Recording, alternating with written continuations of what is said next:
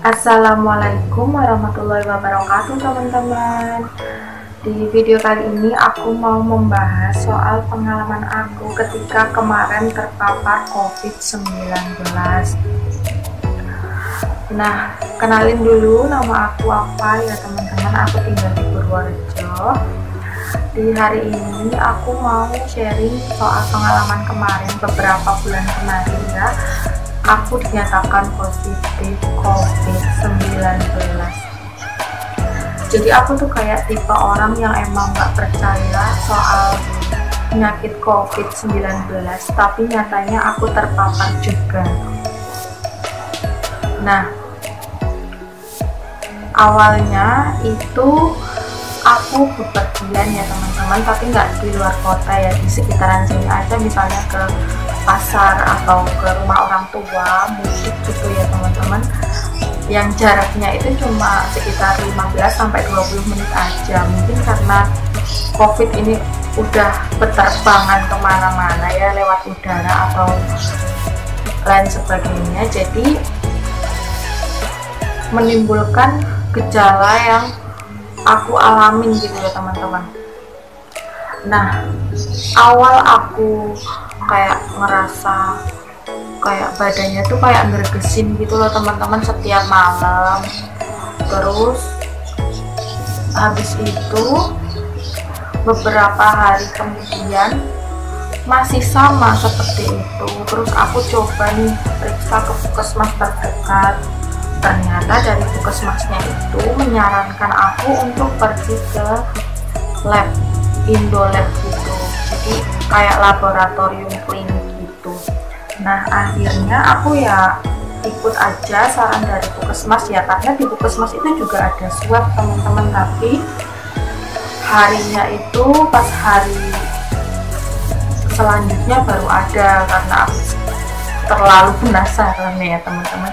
Jadi aku langsung aja ke laboratorium klinik dan akhirnya aku dinyatakan positif COVID.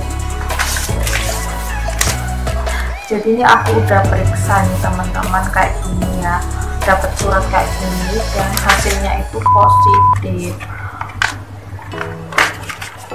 Terus habis itu aku disuruh isolasi mandiri, ditangani dari puskesmas sekitar sini, dipantau setiap beberapa hari. Itu aku ditanyain gimana keadaannya, nah terus hari pertama benar-benar rasanya itu masih biasa aja ya teman-teman, setiap malam itu masih gerges dingin gitu loh rasanya. Hari kedua aku mulai nggak bisa merasakan rasa makanan, jadi kehilangan indera rasa gitu teman-teman. Terus hari ketiganya selain kehilangan indera rasa, aku juga nggak bisa mencium bau gitu loh teman-teman, kayak kehilangan indera penciuman. Nah di situ aku udah panik banget, wah berarti bener nih aku terpapar COVID. Karena awalnya aku itu ngerasa kayak emang itu tuh flu biasa ya, aku tuh ngeges terus batuk pilek, aku minumin obat kayak paracetamol terus OPH gitu-gitu, ternyata itu gejala COVID. Nah habis itu hari keempatnya aku mulai tuh membiasakan diri untuk hidup sehat. Jadi kayak misal setiap pagi itu aku berjemur, bangun pagi terus sarapan terus berjemur, habis itu aku masih olahraga berjemur sekitar 10-15 menit. Nah hari kelimanya itu aku melakukan aktivitas yang sama sampai ke 14 hari, dan alhamdulillah di hari kelima, keenam, ketujuh itu aku udah mulai bisa merasakan rasa makanan, tapi masih kayak yang hanya rasanya asin terus manis gitu aja, belum kalau sembuh total itu belum. Selanjutnya indera penciuman aku juga udah mulai bisa normal, karena waktu itu aku kayak kasih terapi gitu biar aku itu bisa mencium bau, sama kayak minum ramuan-ramuan yang ada di dapur gitu, kayak rempah-rempah gitu. Nanti aku bakal share di video selanjutnya terapi apa aja yang aku lakukan gitu. Nah habis itu di hari ke-14 nih, di hari ke-14 aku dikasih vitamin dari Puskesmas, kayak vitamin C gitu loh teman-teman. Jadi biar aku tuh kayak untuk stamina, untuk imun tubuh aku itu membaik. Jadi katanya Puskesmas itu bilang kalau COVID itu bisa ketika imun tubuh kita membaik. Jadi nanti virus itu akan termakan oleh antibodi kita. Antibodi kita sendiri yang akan membunuh virus itu gitu. Jadi habis itu setelah 14 hari, karena udah nggak ada gejala sama sekali, aku langsung aja tuh diinstruksikan oleh bidannya itu menuju ke Puskesmas untuk swab. Dan alhasil aku alhamdulillahnya udah negatif teman-teman. Aku dapat kayak selembaran gitu. Di sana di Puskesmas tuh aku kayak periksa lagi, dicek kesehatan terakhir gitu. Jadi kayak suhu tubuhnya, terus di swab, terus kayak tensi gitu ya, tensi kayak gitu, dan akhirnya semuanya normal. Jadi aku kayak dapat lembaran kertas kayak gini loh teman-teman, yang intinya aku itu udah boleh beraktivitas seperti biasanya dan udah boleh melakukan kegiatan kayak hari-hari biasanya gitu.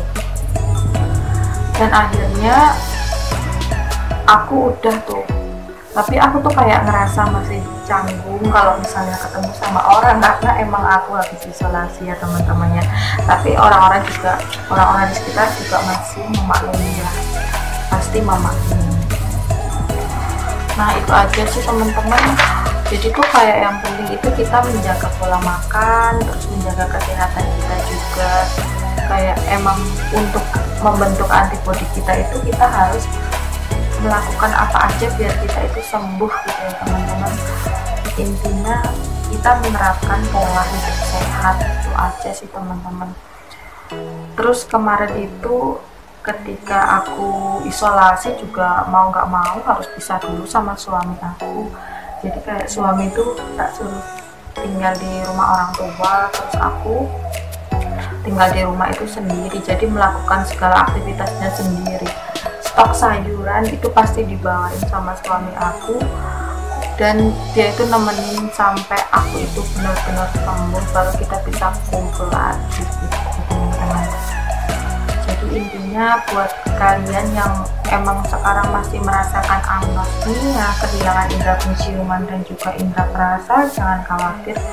Yang penting kalian itu tetap mematuhi protokol kesehatan, terus menjaga pola hidup sehat kalian. Nanti virus itu juga akan hilang. Misalnya emang ada gejala-gejala kayak sesak nafas gitu, emang itu harus dibawa ke dokter ya. Kalau kayak aku kan cuma kehilangan indera perasa, penciuman, dan nggak ada gejala-gejala yang serius gitu loh teman-teman. Kalau misalnya emang memiliki gejala-gejala yang serius dan penyakit bawaan, itu harus dirawat di rumah sakit. Itu teman-teman. Itu aja sih teman-teman pengalaman aku. Nanti di video selanjutnya aku akan bikin soal terapi-terapi apa aja biar bisa mengembalikan indera penciuman kita ya teman-teman ya. Oke, itu aja deh teman-teman. Jangan lupa like, comment, dan subscribe. Dan ketemu lagi di next video. Bye bye.